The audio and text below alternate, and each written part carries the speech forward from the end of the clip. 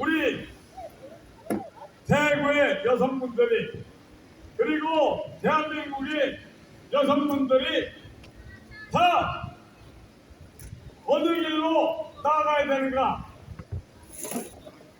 우리 대한민국의 여성들이 다 본받아야 될 이러한 길을 가고 계신 대구의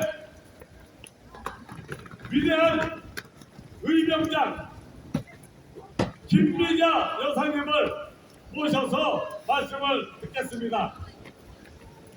우리 한국에는 행주치마 여성분들의 그 위대한 역사가 내려오고 있는 것입니다. 전국에 계신 대구에 계신 여성 여러분 그리고 시민 여러분 김미자 여사님을 본받으세요. 김미자 여사님께서 말씀을 드리겠습니다. 감사합니다.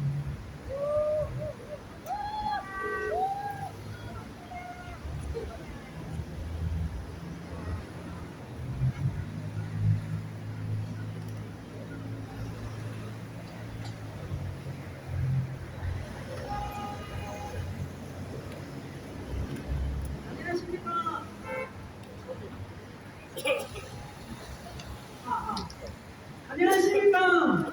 저는 자유대한민국 국민 김미자입니다. 오늘은 박근혜 대통령님 회고록 1편 위안부 합의 들은 적 없어 윤미향 오리발 말문 깎였다를 낭독해 드리겠습니다. 이 회고록을 통해 박근혜 대통령님께서 위안부 할머니들을 위해 얼마나 최선을 다해 도우려고 애쓰셨는지를 잘 알 수 있는 내용이라서 꼭 해봐드려야겠다는 생각이 들어 오늘 준비했습니다.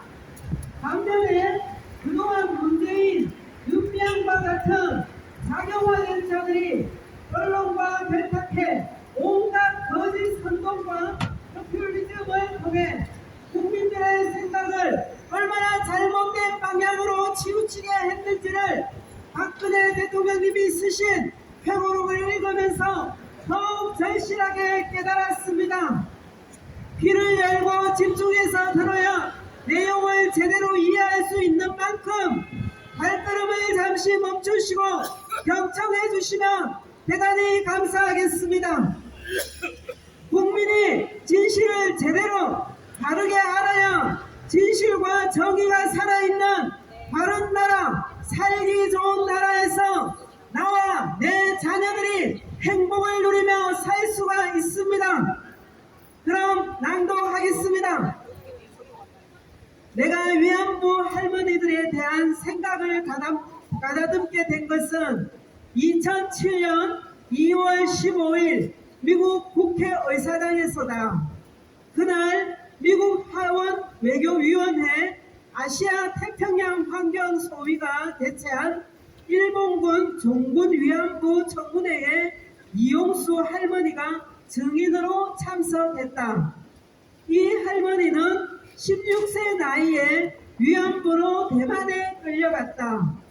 강제 성추행은 물론 온갖 폭행과 고문에 시달렸다.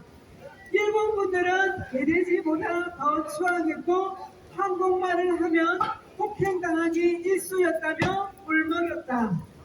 당시 방미 중이었던 나는 청문회가 끝난 뒤 마련된 별도 만찬에 참석해 이 할머니와 고 김군자 할머니를 만나 그간 겪었던 고초를 위로해 드리고 이 문제가 해결될 수 있도록 최선을 다해 돕겠다고 약속을 드렸다. 그때 나는 한나라당 대선 후보 경선에 나선 상태였다.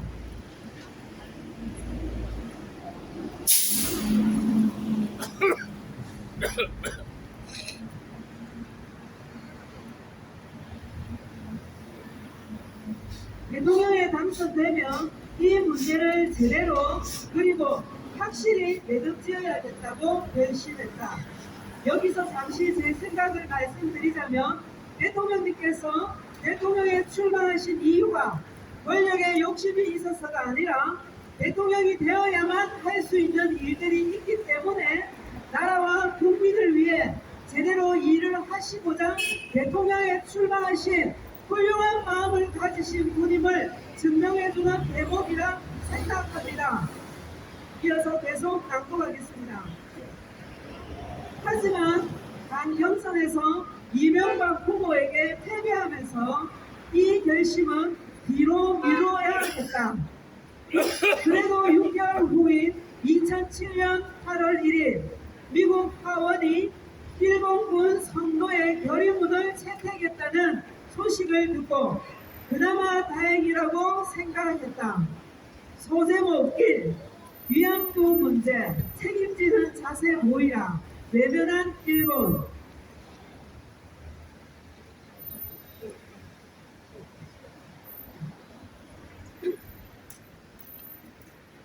(6년) 뒤 대통령에 취임했을 때 나는 비로소 그동안 가슴 한편에 담아뒀던 이 문제에 손을 댈 수 있었다. 취임 직후 관련 기관의 피해자 할머니들이 가장 바라는 것이 무엇인지 파악하라고 지시했다. 할머니 한 명 한 명을 직접 만나 작성한 보고서를 받아본 결과 할머니들은 일본 정부로부터 사과를 받고 싶어 했다. 또 고령이다 보니 진료비, 생계비 등에 대한 실질적인 도움이 필요하다는 것을 알게 됐다. 나는 임기 중에 어떻게든 이 문제를 빨리 매듭짓겠다는 마음을 더욱 굳혔다. 이것은 비단 할머니들만의 문제가 아니었다. 한국과 일본은 아시아에서 민주화와 산업화를 동시에 달성한 몇 안 되는 나라다. 양국은 자유민주주의와 시장경제라는 가치를 공유하는 중요한 이웃이기도 하다. 경제와 안보 분야에서 더욱 협력해 공동 번영을 해야 하고 문화적으로도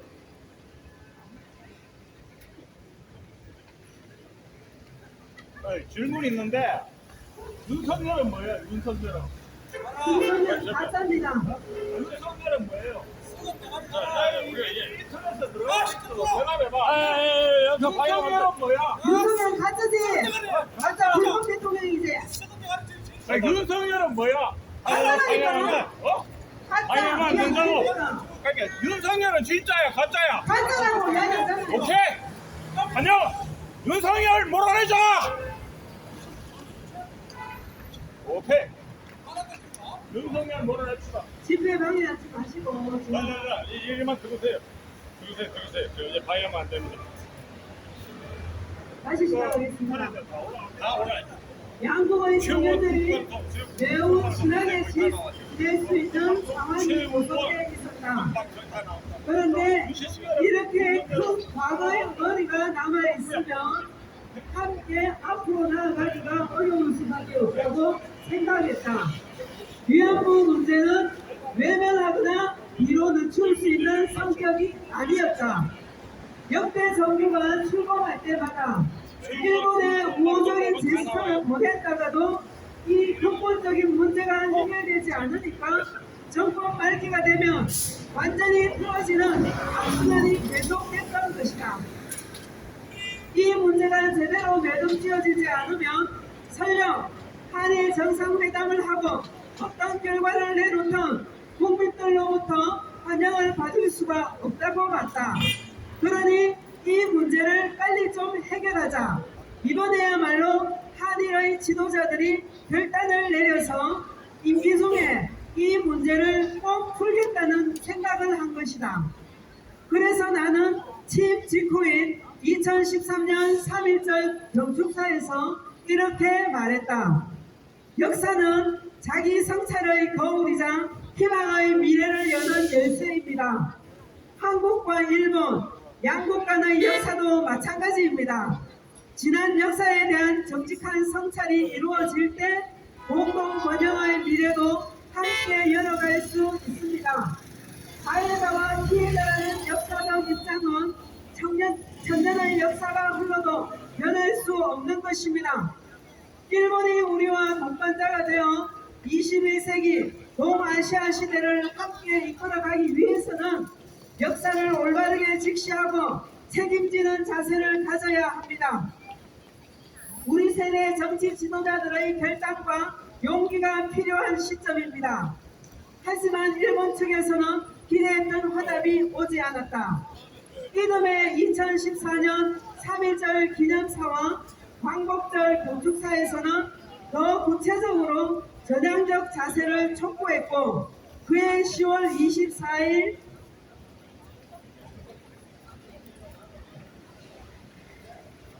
한일의원연맹 일본 측 대표단을 접견한 자리에서도 일본군 위안부 문제가 한일 관계의 새 출발에 있어 첫 단추라고 재차 강조했다. 소제목 2. 일본 우리 여성 선거에 삼아 메르켈 화들짝 놀랐다. 위안부 할머니들의 사망 소식이 전해질 때마다 나는 마음이 무척 무겁고 안타까웠다. 일본을 더욱 압박하기 위해 외교 무대를 적극 활용하기로 했다. 2014년 3월 26일 나는 독일 베를린을 방문해 앙겔라 마르켈 독일 총리와 정상회담을 했다. 당시 드레스덴 선언 때문에 통일 발언이 스포트라이트를 받았지만 나는 메르켈 총리에게 일본의 과거사 문제도 얘기하고 협조를 부탁했다.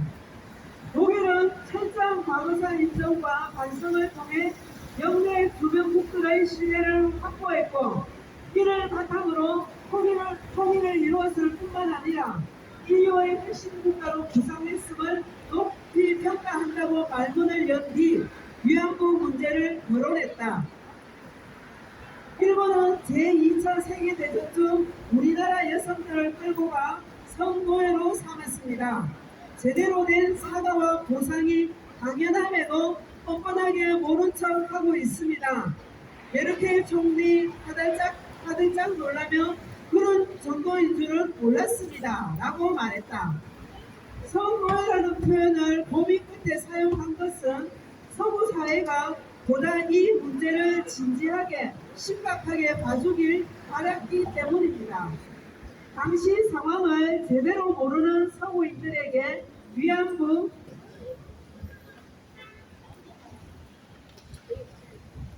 위안부라는 표현은 충분히 이해시키기 어렵다고 생각했다. 내 의도는 제대로 전달됐다.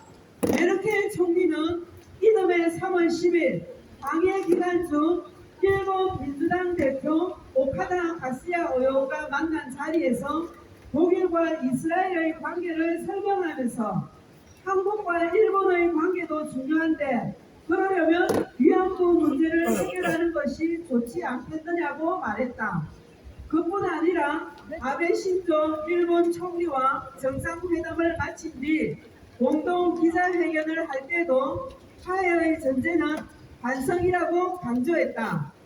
이것은 마이니치 신문이나 아사히 신문 같은 일본의 주요 일간지에도 그대로 보도됐다.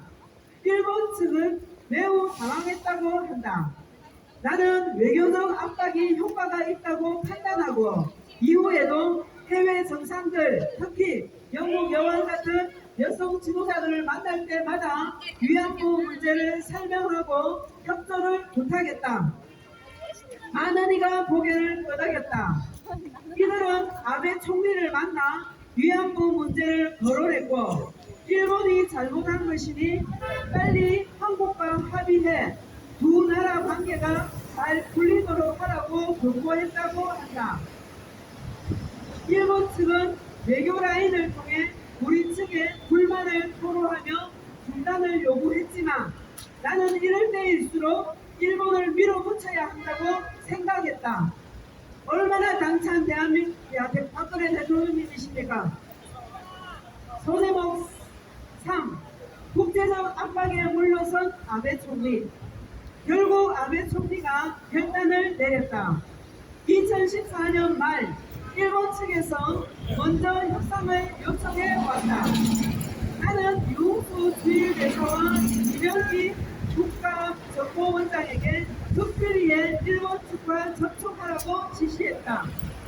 공식 외교 라인을 통해 위안부 협상을 할 경우 이 사실이 공개되면 양측 모두 부담이 커지기 때문이다.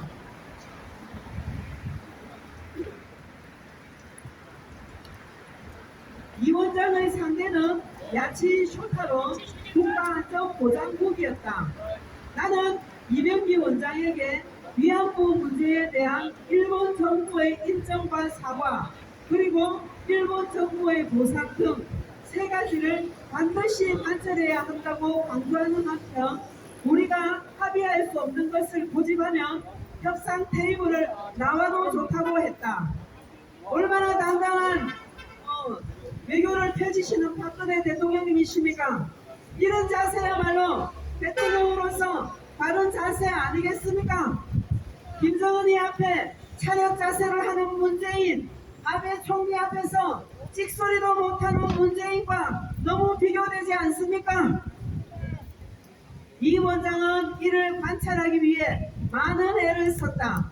일본 정부가 위안부 문제를 사과하고 배상한다는 것은 일본군 차원에서 이를 주도했다는 것을 인정하는 것이 됐다. 나는 이것이 핵심이라고 봤다. 하지만 일본 측으로서는 쉬운 일이 아니었다. 아베 정부는 역대 정부 중 가장 우익적 색깔이 강한 정권이었다.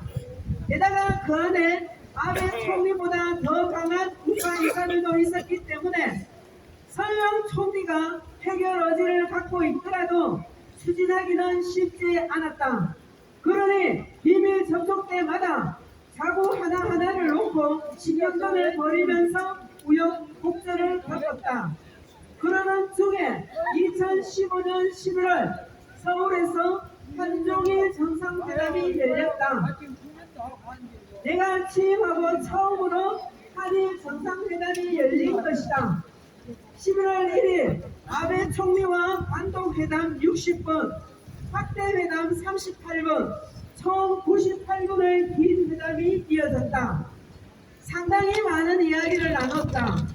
태평양 경제 동반자 협정 가입도 협력하기로 하는 등 다양한 주제를 다뤘지만 역시 핵심은 위안부 문제였다. 나는 아베 총리에게 올해가 한일 국교 정상화 50주년인데 해가 넘어가기 전에 위안부 문제를 해결해야 하지 않겠냐. 가장 시급한 문제이니 협의를 가속화해서 해결하고 넘어가자고 말했다.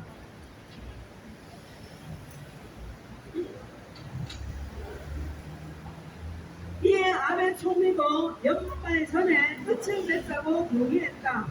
그 이후 협상이 속도를 내면서 12월 28일 합의를 끝낼 수 있었다.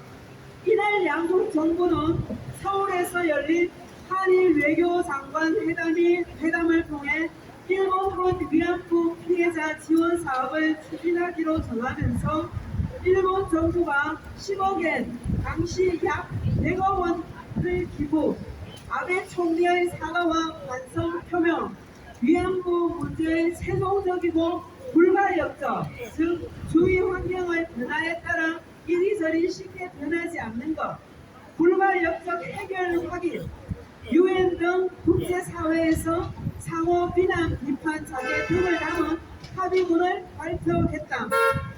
이로써 1991년 8월 고 김학순 할머니가 일본 아사히 신문 인터뷰에서 위안부 피해 사실을 처음 증언하면서 불거진 한일 관계의 최대 난제가 24년 만에 타결된 것이다. 보고를 받은 나는 수고했다고 치하한 뒤 비로소 마음을 놓을 수 있었다. 소제목 4. 윤미향 할머니 기맞고 여론몰이 말못 막혔다. 어렵사리 합의에 도달했지만 여론은 좋지 않았다. 합의 결과가 발표되자 야당과 시민단체 등은 굴욕 협상이라며 철회를 요구했다. 나라고 해서 합의안에 100% 만족한 것은 아니었다. 하지만 국가 간 협상이란 것은 항상 주고받는 것이다. 우리 뜻만 100% 관철하는 협상이란 건 있을 수 없다. 그렇기에 나는 이번 합의문 이상으로 좋은 결과가 나올 수 없다는 것을 알고 있었다. 일본 총리가 위안부 문제에 대해 공식으로 사과한 것은 처음 있는 일이었다. 일본 정부 예산으로 위안부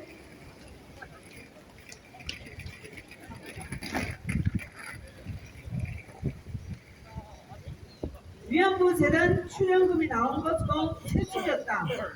일본의 국가 예산에서 10억 엔을 받은 것은 일본의 간접적 국가 책임 인정을 받아들인다는 의미로 해석될 수 있다. 국가 책임이 전혀 없다면 위안부 피해자 지원을 위해 일본이 국가 예산을 사용할 이유가 없기 때문이다. 이 정도면 현실적으로 우리가 얻어낼 수 있는 최대치였다. 그럼에도 불구하고 위안부 문제는 굉장히 민감한 사안이어서 어떤 합의안이 도출되든 어디에선가는 불만이 나올 수밖에 없을 것으로 예상했다. 그래서 나는 이를 추진하는 과정에서 한국정신대문제대책협의회 정의기억연대의 전신 이하 정대협 측에 충분히 알리고 이해를 구하라고 지시했다. 실제로 협상팀은 합의 전후로 몇 차례 이들을 찾아가 협상 과정을 알렸다. 재단이 설립되고 기금이 마련되면 할머니들을 위해 그것을 어떻게 사용해야 할지 이들의 의견도 미리 청취해야 했기 때문이다. 그런데 막상 위안부 합의가 발표되자 그동안 별다른 이의를 제기하지 않던 정대협 측이 합의 내용을 사전에 들은 적이 없다며 반대 여론에 불을 붙이고 나섰다. 어이가 없어 말문이 막혔다. 나중에 알아보니 정대협 측은 할머니들에게 이런 합의에 대해 전혀 알리지 않았다고 한다. 우리는 윤미향 정대협 대표가 할머니들에게 합의 내용을 전달하고 중지를 모아줄 것으로 기대했다. 하지만 정대협 측은 그렇게 하지 않고 합의가 발표되자 오리발을 내밀었다. 이들의 거짓말은 훗날 관련 자료가 공개돼 모두 드러났지만 이미 합의안은 만신창이가 된 이유였다. 한국의 야당과 시민단체의 주장대로 위안부 합의가 굴욕 협상이었다면 일본에서는 오히려 큰 환영을 받아야 마땅했다. 그러나 결과는 정반대였다.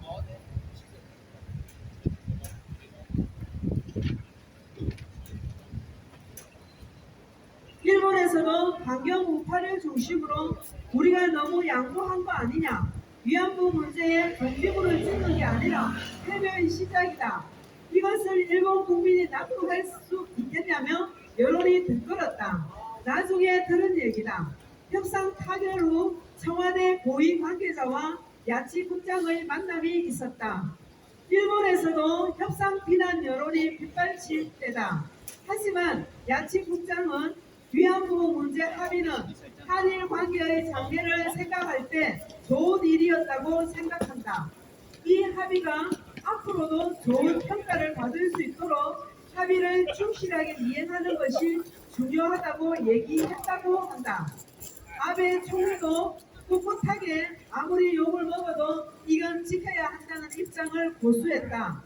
일본은 앞으로 어떤 잡음이 있더라도 흔들리지 말고 합의 사항을 이행해 나가야겠다고 마음먹은 것 같다. 거기에 나에 대한 믿음도 있었던 것 같다. 내가 한번 결심하면 흔들리지 않는다는 것을 일본도 익히 알고 있었기 때문이다. 박근혜 정부가 합의를 지킬 것이란 점을 아베 총리는 의심하지 않았을 것이다. 소제목 5.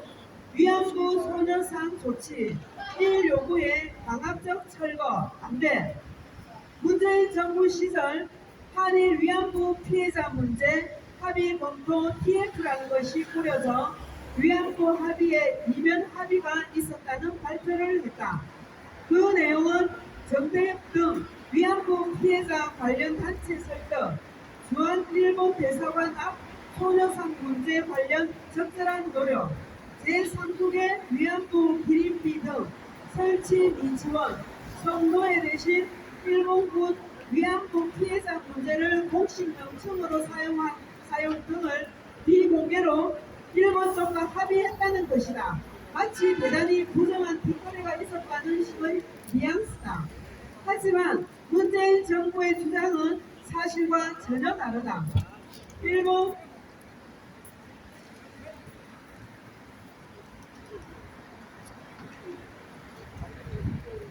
일본 측이 협상 초기부터 주한 일본 대사관 앞 소녀상 이전을 요청한 것은 맞다. 일본은 어떤 침입이나 손해에 대하여도 영사 공간 지역을 보호하며 공간 영사기관의 안녕을 교란하거나 후미의 손상을 방지하기 위해 모든 적절한 단계를 밟을 특별한 의무를 가진다는 외교관계에 관한 비엔날 협약 제22조 제2항 등을 근거로 들었다. 일본은 소녀상이 일본 대사관에서 수미터 정도 떨어진 곳에 서 있고 시위가 열리는 등 여러 가지 문제가 있으니 한국 정부에서 조치해달라고 부탁했다. 그러나 우리로선 받아들이기 어려웠다. 그래서 협상팀을 통해 이것은 민간 차원에서 설치한 것인데 정부가 강압적으로 처벌할 수는 없다. 다만 양쪽에 바람직한 결과가 나올 수 있도록 노력하겠다고만 전달했다. 일본 측도 더는 고집하지 않았다. 이런 게 소위 이면 합의의 진실이다. TF의 나머지 발표도 대개 이런 수준에 불과하다. 그리고 당시 우리 쪽에서도 일본 측에 공식 합의 외에 부탁한 것이 있었다. 주일 대사 등을 통해 들어보니 일본에 사는 교포들의 가장 큰 수건 중의 하나가 평판, 한국 사람을 동원하는 발언을 혐한이라고 합니다. 혐한 데이트 스피치 해결이었다. 일본 극우 세력들이 한국 관련 상점이 밀집한 거리에 와서 확성기를 시끄럽게 틀어놓고 온갖 혐한 관련 발언을 쏟아내니 곧 참 곤란하다는 것이다. 이곳을 찾던 사람들의 발길이 끊겨 이곳에서 장사하는 교포들이 큰 고통을 받는다는 보고를 받았다. 그래서 위안부 협상 때 이 문제에 대해 일본 측에 협조를 부탁했고 일본으로부터 성의적 조치를 약속받았다. 아베 총리는 2016년 1월 13일 일본 도쿄 관저에서 한일 의원 연맹의 한국 국회의원들을 만나 혐한 시위에 대한 질문을 받고 일본인으로서 수치스러운 일이라고 생각한다. 앞으로 국회에서 논의가 이루어지길 바란다고 말했다. 이후 도쿄, 오사카 등 일본의 주요 도시에서 혐한 시위를 포함해 헤이트 스피치 관련 집회로 판단되는 경우 조립공원 등의 공공시설 이용을 제한한다는 조례를 통과했습니다.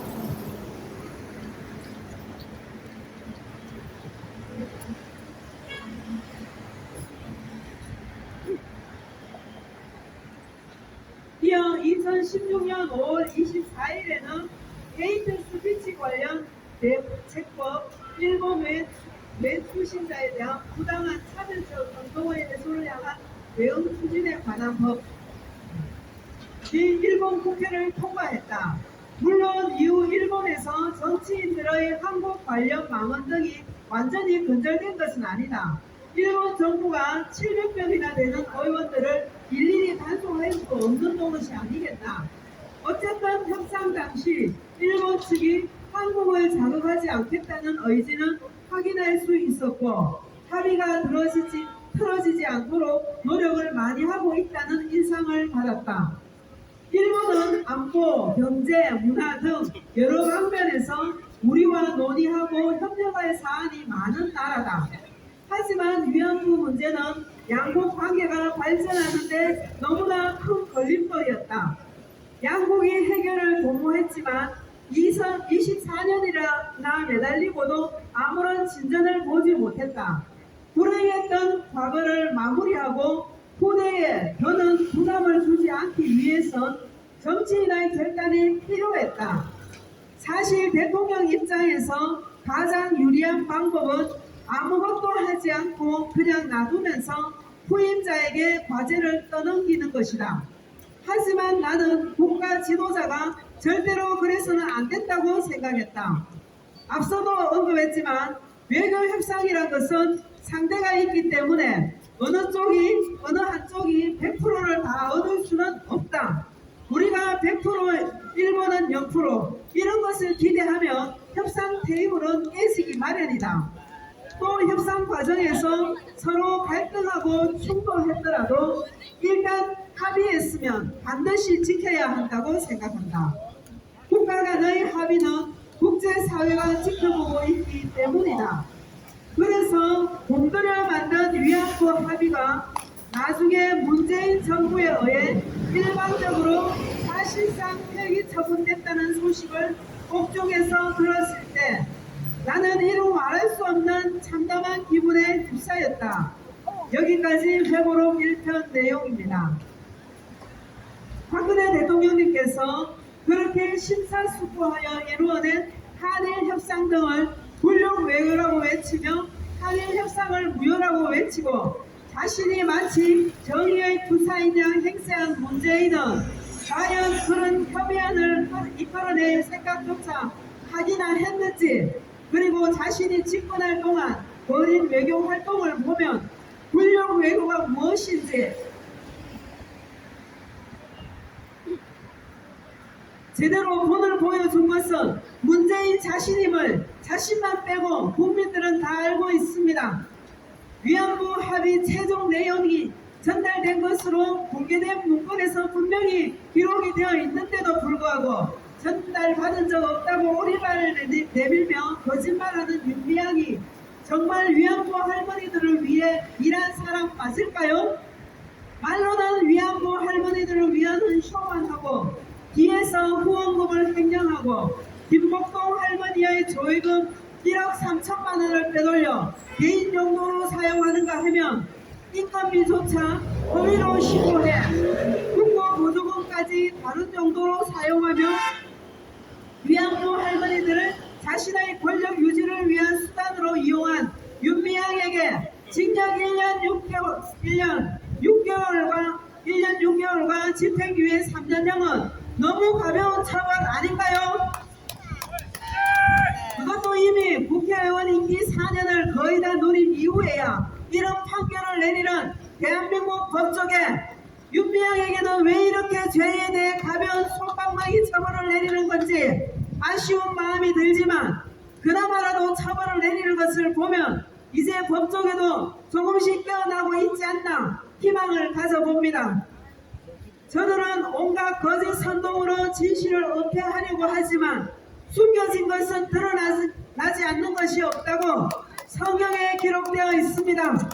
문재인과 윤미향이 행한 거짓된 행위와 악행이 지금 그대로 드러나듯 진실과 성실한 마음으로 나라와 국민을 위해 성심성의껏 일하신 박근혜 대통령님의 진실하심 또한 그대로 드러나고 밝혀지고 있으니 대한민국은 희망이 있다고 봅니다. 박근혜 대통령님은 헌법을 준수하신 합법적인 대한민국의 대통령님이십니다. 헌법상으로 임기가 분명히 1년하고 5개월이 남아 있으십니다.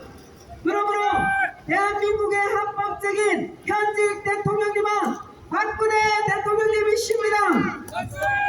그것을 국민들은 바르게 인식해야 합니다. 문재인과 윤석열은 대한민국 헌법을 어기고 대통령직을 찬탈한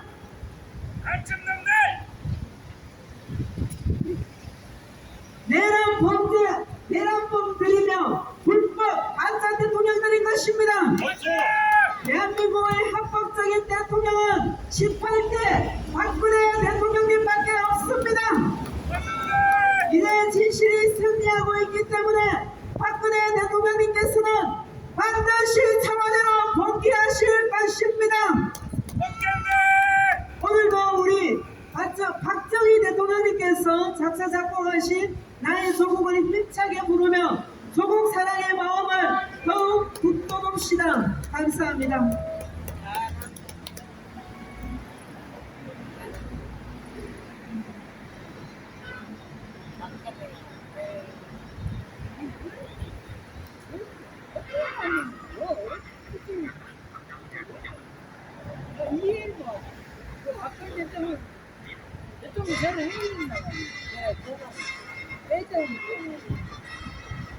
뭐안 되는데 인기가 안 되는데 니를 내고 갔다 이 말 아니야.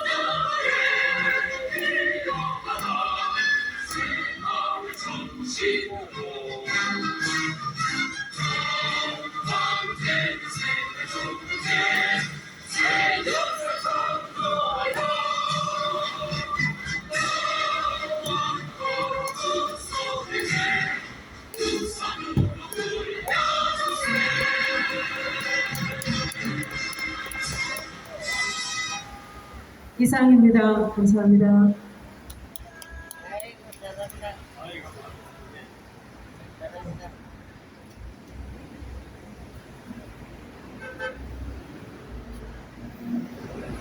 대구의 애국콘 부국의 영웅을 지니신 김미자